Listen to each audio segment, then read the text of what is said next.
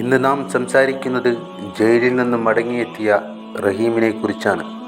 സാമൂഹ്യ മാധ്യമങ്ങളിലും പലരും അദ്ദേഹത്തെ ഒരു കുറ്റവാളിയായി മുദ്രകുത്തുമ്പോൾ മറ്റു ചിലർ പറയുന്നത് റഹീമിന് സംഭവിച്ചത് ഒരു കയ്യബദ്ധമാണെന്ന്.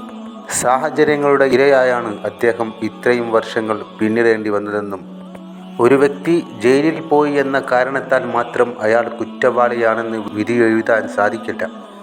പല കേസുകളിലും തെറ്റായ തെളിവുകൾ, തെറ്റിദ്ധാരണകൾ, ഭാഷാ പ്രശ്നങ്ങൾ, നിയമപരമായ സങ്കീർണതകൾ തുടങ്ങിയവ കാരണം നിരപരാധികൾ പോലും വർഷങ്ങളോളം ദുരിതം അനുഭവിക്കേണ്ടി വന്നിട്ടുണ്ട്. റഹീമിൻ്റെ കാര്യത്തിലും അദ്ദേഹത്തെ പിന്തുണയ്ക്കുന്നവർ പറയുന്നത് ഇതുതന്നെയാണ്. ജീവിതത്തിലെ ഒരു നിർണായക ഘട്ടത്തിലുണ്ടായ ഒരു കയ്യബദ്ധം റഹീമിൻ്റെ ജീവിതത്തെ മുഴുവനായി മാറ്റിമറിച്ചു. ഒരു നിമിഷത്തെ പിഴവ് അല്ലെങ്കിൽ സാഹചര്യങ്ങളുടെ സമ്മർദ്ദത്തിലുണ്ടായ ഒരു സംഭവം അദ്ദേഹത്തെ വർഷങ്ങളോളം ജയിലിൻ്റെ ചുമരുകൾക്കുള്ളിൽ എത്തിച്ചു എന്നാണ് അവർ പറയുന്നത്. ജയിലിലെ ജീവിതം എളുപ്പമല്ല. കുടുംബത്തിൽ നിന്ന് അകന്ന് ഉമ്മയെയും ഉറ്റവരെയും കാണാതെ ഓരോ ദിവസവും പ്രതീക്ഷയോടെ കഴിയുക എന്നത് വലിയ മാനസിക വേദനയാണ്. പുറത്തുള്ള ലോകം മുന്നോട്ട് പോകുമ്പോൾ ജയിലിനുള്ളിൽ സമയം വളരെ പതുക്കെയാണ് നീങ്ങുന്നത്. അത്തരം ജീവിതം അനുഭവിച്ച ഒരാളുടെ മനസ്സിൽ എത്രത്തോളം വേദനയുണ്ടായിരിക്കുമെന്ന് നമുക്ക് ചിന്തിക്കാം. ഇന്ന് റഹീം നാട്ടിലേക്ക് മടങ്ങിയെത്തുമ്പോൾ അദ്ദേഹത്തെ കാണാൻ കാത്തിരുന്ന കുടുംബാംഗങ്ങളുടെ കണ്ണുകളിൽ സന്തോഷത്തിനോടൊപ്പം വർഷങ്ങളായിട്ടുള്ള കാത്തിരിപ്പിൻ്റെ കണ്ണീരും കാണാം. പ്രത്യേകിച്ച് ഒരു ഉമ്മയ്ക്ക് തൻ്റെ മകനെ വീണ്ടും ചേർത്ത് പിടിക്കാനുള്ള ആ നിമിഷം വാക്കുകൾ കൊണ്ട് വിവരിക്കാനാകാത്തതാണ്. എന്നാൽ സമൂഹം പലപ്പോഴും രണ്ടായി പിരിയുന്നു. ഒരു വിഭാഗം അദ്ദേഹത്തെ കുറ്റവാളിയായി കാണുമ്പോൾ ഒരു വിഭാഗം അദ്ദേഹത്തിന് പുതിയ ജീവിതം നൽകണമെന്നും പഴയ കാര്യങ്ങളിൽ മാത്രം കുടുങ്ങാതെ മുന്നോട്ടു പോകാൻ അവസരം നൽകണമെന്നും അഭിപ്രായപ്പെടുന്നു.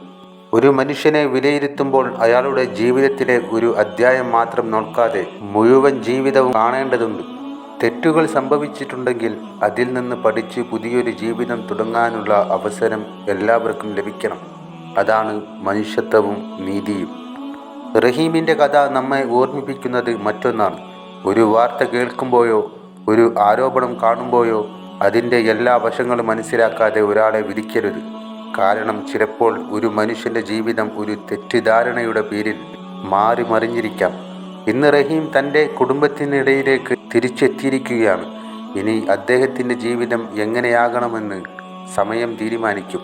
എങ്ങനെയാണ് അബ്ദുൾ റഹീം കുറ്റവാളിയായി മാറിയത്? സ്പോൺസറുടെ മകനുമായുള്ള ആ യാത്രയിൽ സിഗ്നൽ കട്ട് ചെയ്ത് വാഹനം മുന്നോട്ടെടുക്കാൻ പറഞ്ഞപ്പോൾ അത് അനുസരിക്കാതെ നിന്ന റഹീമിനെ ഈ കുട്ടി തുപ്പുകയാണ് ചെയ്തത്.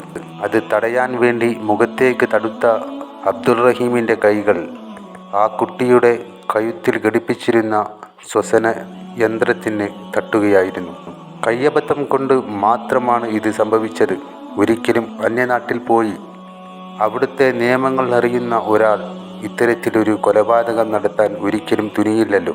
പക്ഷേ ആ കയ്യബദ്ധത്തിൻ്റെ പേരിൽ 18 വർഷം കൂടെയുള്ളവരെ തൻ്റെ മുന്നിൽ നിന്നും യാതൊരു മുന്നറിയിപ്പുമില്ലാതെ മരണത്തിലേക്ക് വിളിച്ചു കൊണ്ടുപോകുന്ന രംഗങ്ങൾ കണ്ട അബ്ദുൾ റഹീം എത്രയേറെ വേദന സഹിച്ചായിരിക്കും, അതല്ലെങ്കിൽ ഭയപ്പെട്ടായിരിക്കും ആ ജയിലറക്കുള്ളിൽ കഴിഞ്ഞത്.